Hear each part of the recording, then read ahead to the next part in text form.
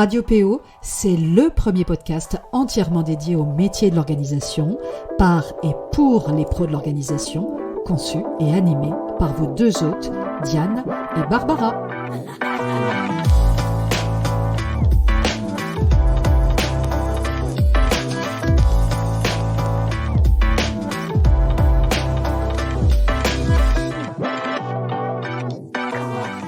Je suis très heureuse de vous retrouver en cette rentrée 2022 pour cette saison 2 qu'a lancée Barbara vendredi dernier avec un épisode qui manifestement, si on en croit vos retours, vous a beaucoup plu, vous a beaucoup inspiré sur la communication notamment. Et en effet, c'est un vrai sujet, surtout quand on se lance dans le métier de professionnel de l'organisation, mais pas que, parce que bien savoir communiquer, c'est un impératif quand on crée, mais aussi quand on développe sa petite entreprise, même quand on est en activité depuis 3 ans, depuis 5 ans et même depuis 10 ans ou plus, comme c'est notre cas par exemple. Aujourd'hui, je vais vous parler d'un tout autre sujet. Bon, je vous le dis tout de suite, beaucoup moins sexy, mais ça fait aussi partie de notre métier. Surtout quand on est homme et office organizer, j'ai nommé les papiers administratifs. Alors, j'espère que je ne vous ai pas perdu en cours de route, que vous êtes toujours avec moi et que je ne vous ai pas fait fuir, parce que vous allez voir, la paperasse, c'est d'abord super important, on va le voir ensemble, mais ça peut aussi devenir super amusant. Si, je vous assure. Allez, c'est parti.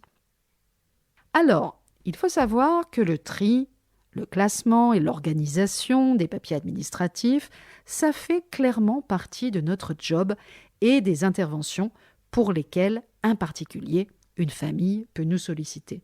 On n'intervient donc pas uniquement sur les objets du foyer à proprement parler ou sur le désordre, mais aussi parfois, et même souvent, sur les documents, sur les papiers physiques qui peuvent vraiment s'accumuler au fil des mois, voire pour certains au fil des années, surtout s'il y a une mauvaise organisation, voire, et c'est souvent le cas, une absence totale d'organisation, en tous les cas sur ce point, mais aussi sur tout ce qui est, comme vous l'imaginez, comme vous le vivez, vous aussi, en tant que citoyen, documents numériques, évidemment, documents numériques qui sont d'ailleurs de plus en plus nombreux.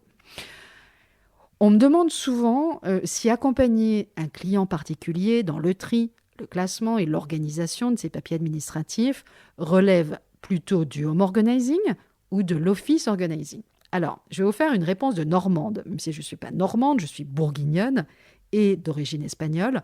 On est en réalité à la marge entre les deux. Pourquoi ? Ça relève à la fois du home organizing parce qu'on peut tout à fait considérer les papiers et les documents en tout genre comme une catégorie d'objets à part entière qui encombrent un foyer, au même titre que, les jouets, les livres, les vêtements, etc., les meubles.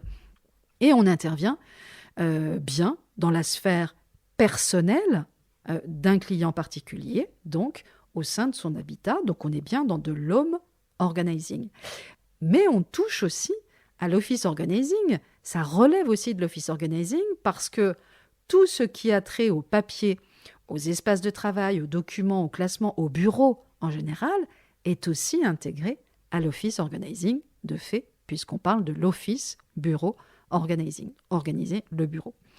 C'est l'une des raisons pour laquelle de nombreux HO, alors quand je dis HO, un home organizer, vous l'avez d'ailleurs peut-être déjà remarqué, se présentent comme home et office organizer parce qu'en réalité, les deux casquettes sont très liées et a fortiori depuis la crise sanitaire et évidemment l'explosion du télétravail. Alors, il faut savoir qu'il s'agit quand même d'une intervention très régulièrement demandée et pour cause, les papiers administratifs, en tous les cas, ne soulèvent pas de grande passion. On va être tous à peu près d'accord là-dessus. Donc c'est typiquement le genre de tâche que l'on va procrastiner et qui va finir par s'accumuler.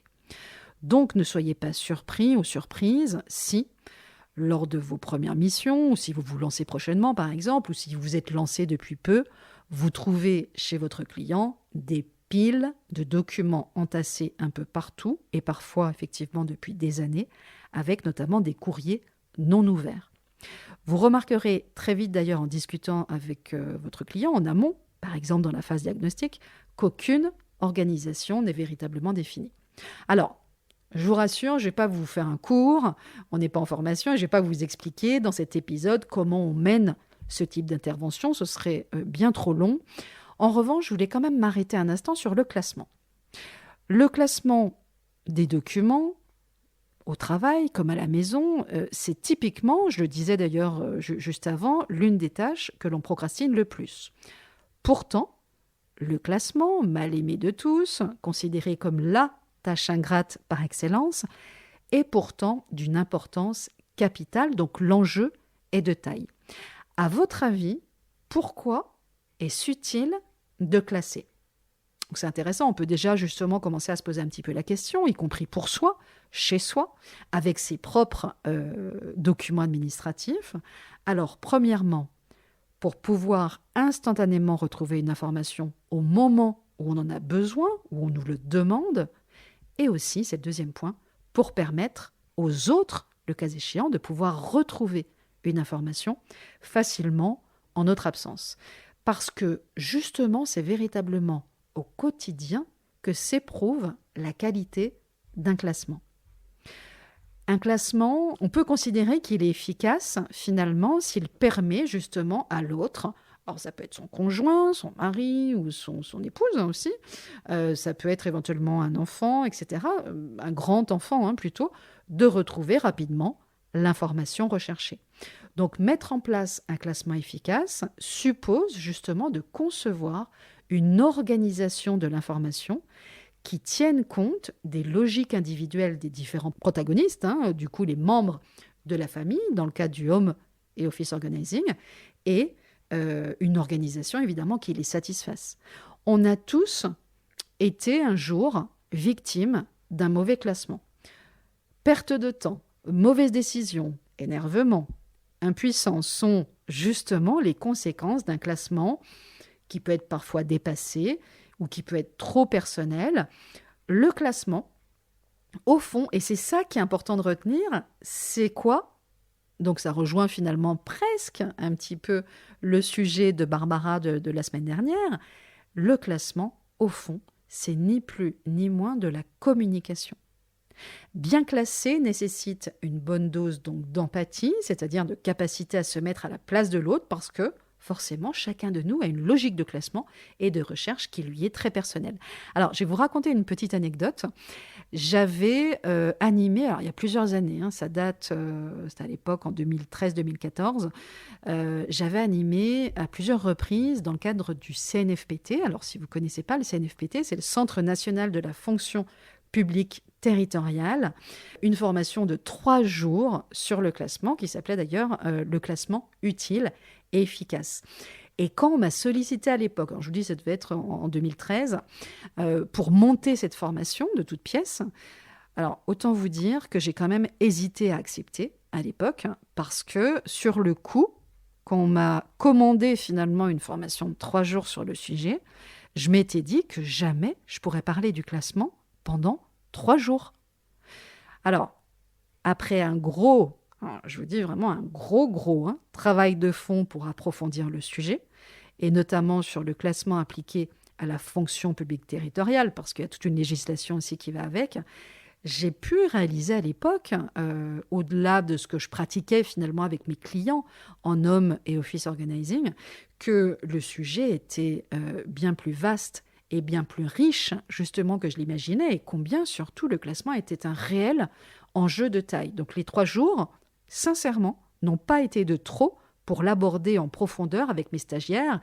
Et je me souviens d'ailleurs que j'avais des stagiaires qui repartaient de la formation hyper enthousiastes, avec l'envie, effectivement, de tout un peu révolutionner dans leur service, finalement, et qui avaient découvert finalement l'importance du classement.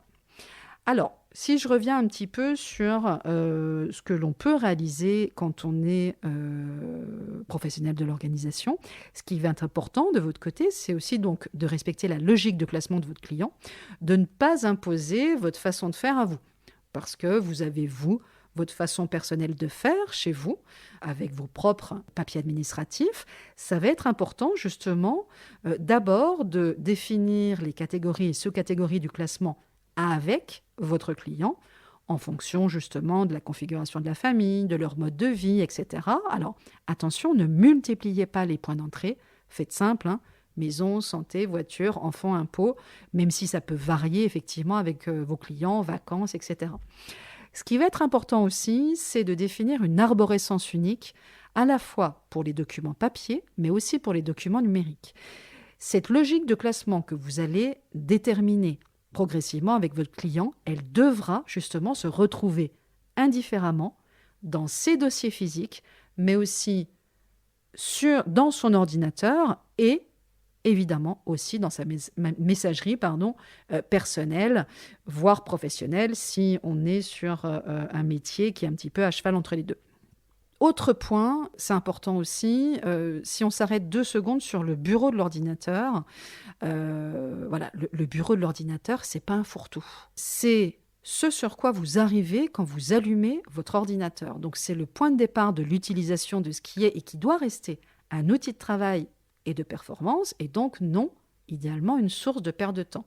Donc, vous pouvez garder à l'esprit, par exemple, et vous pouvez la transmettre aussi à vos clients, hein, l'image, par exemple, du couloir encombré d'une maison. De même que la fonction d'un couloir d'entrée est de vous donner un accès facile aux pièces de la maison, et si vous êtes home organizer, forcément, ça va vous parler. Le bureau de votre ordinateur ou de celui de votre client, il doit vous aiguiller justement sur les endroits où se trouvent les informations que vous cherchez. Donc le bureau de l'ordinateur, c'est pas un fourre-tout. On l'encombre le moins possible, on classe tous ces fichiers évidemment dans une arborescence de fichiers, éventuellement on crée des raccourcis pour les fichiers et les dossiers que vous ouvrez fréquemment. On range le bureau de son ordinateur comme finalement on range le bureau physique, par exemple, une fois par semaine, pour l'ordinateur, ou tous les soirs, éventuellement, pourquoi pas un petit coup. Et puis, utiliser, évidemment, là encore, le même classement sur votre ordinateur.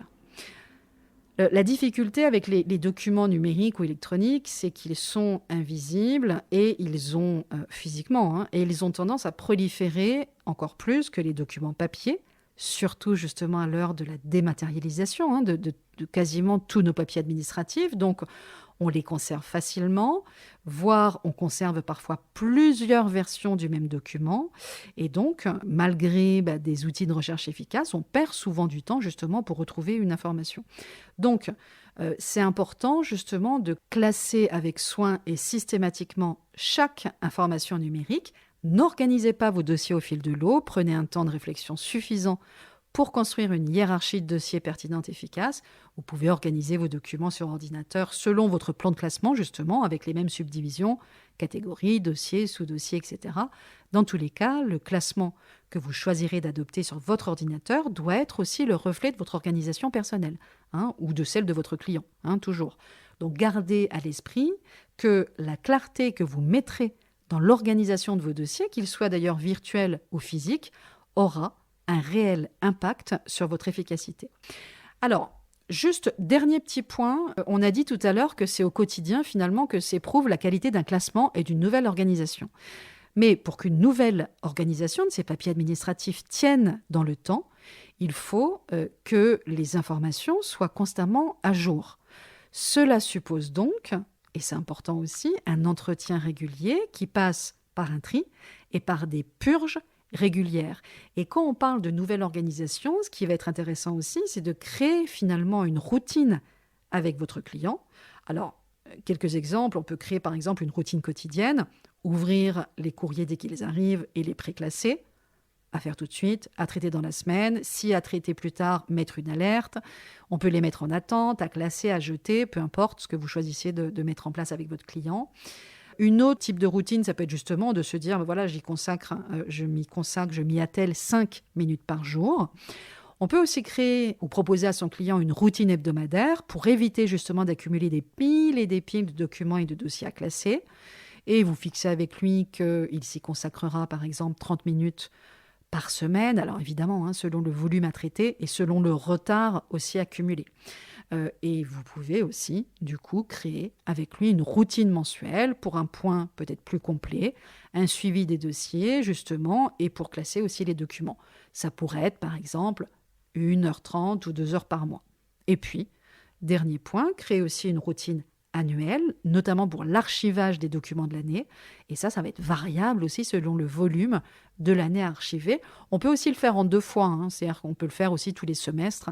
Ça peut être fait par exemple en fin d'année ou en tout début d'année civile, donc début janvier par exemple, et ça peut se faire pendant l'été, quand on est un petit peu plus tranquille, quand on est un petit peu plus reposé aussi, etc., hein, avant de démarrer la rentrée. Dernier petit conseil, encouragez votre client justement aussi à faire de cette tâche récurrente dont on ne peut pas se passer en réalité, un moment agréable. Gérer ces papiers administratifs, on l'a dit tout à l'heure, ça peut être considéré comme une véritable corvée. Pourtant, on le sait tous, c'est une tâche incontournable, récurrente et sur laquelle on ne peut pas faire l'impasse, donc autant changer d'état d'esprit et transformer finalement ce que vos clients pourraient considérer comme une épreuve, hein, quasiment, en moment, allez, on va être gentil, relativement agréable, voire, soyons fous, très agréable. Alors, comment ? D'abord, et on vient de le voir, en ritualisant ce moment. Hein, ça, c'est quand même un point qui est important. On peut aussi imaginer se préparer un bon thé ou un bon café avant de commencer. Pourquoi pas aussi se mettre une musique qui nous inspire et qui nous détend, par exemple, en commençant aussi tout simplement, hein, on le sait, hein, je ne vais pas vous reparler de procrastination ici, mais faire le premier pas, c'est souvent le plus difficile et on sait tous qu'une fois qu'on a commencé, on se rend compte que c'était finalement pas si terrible que ça, voire que c'était même pas finalement désagréable et que ça valait pas le coup de reporter depuis plus de 5 mois finalement cette fameuse séance d'administratif et d'accumuler au final un mètre de pile de papier. Voilà. Et puis, là encore, hein, en s'y mettant régulièrement, c'est ce que je disais juste avant avec les routines, il vaut mieux en faire un petit peu chaque semaine pour traiter et classer ses papiers administratifs que de jours entiers, par exemple non-stop, tous les 6 mois. Hein, on est d'accord. Alors, je vous rassure, je vais m'arrêter là. J'espère, en tous les cas, que l'épisode du jour vous a plu. Et dites-moi, on ne sait jamais si ça vous a donné envie de vous y mettre ce soir. Bon, ce soir, en même temps, peut-être pas ce soir parce que c'est vendredi soir et que vous aurez probablement envie de faire tout plein d'autres choses, sauf de vous mettre à trier et organiser vos papiers administratifs. Enfin, j'espère. Dans tous les cas, je vous souhaite un très très bon week-end. Pour ma part, je pars tout à l'heure à Lyon, alors à peu près vers 11h, pour installer mon fils Ruben qui démarre son Master 1 là-bas et je quitte Lyon samedi matin pour rejoindre ma fille Lola sur Paris. Et je serai en déplacement toute la semaine prochaine sur Paris. Et j'interviendrai notamment jeudi soir pour une table ronde sur l'organisation en télétravail, en collaboration avec MyHappy Job et les éditions Vuibert. Vous savez que les éditions Vuibert, ce sont les éditions qui m'ont édité pour Slow Working. Voilà, donc pour moi, ce sera un week-end et une semaine bien animée en perspective. Je vous dis à très bientôt.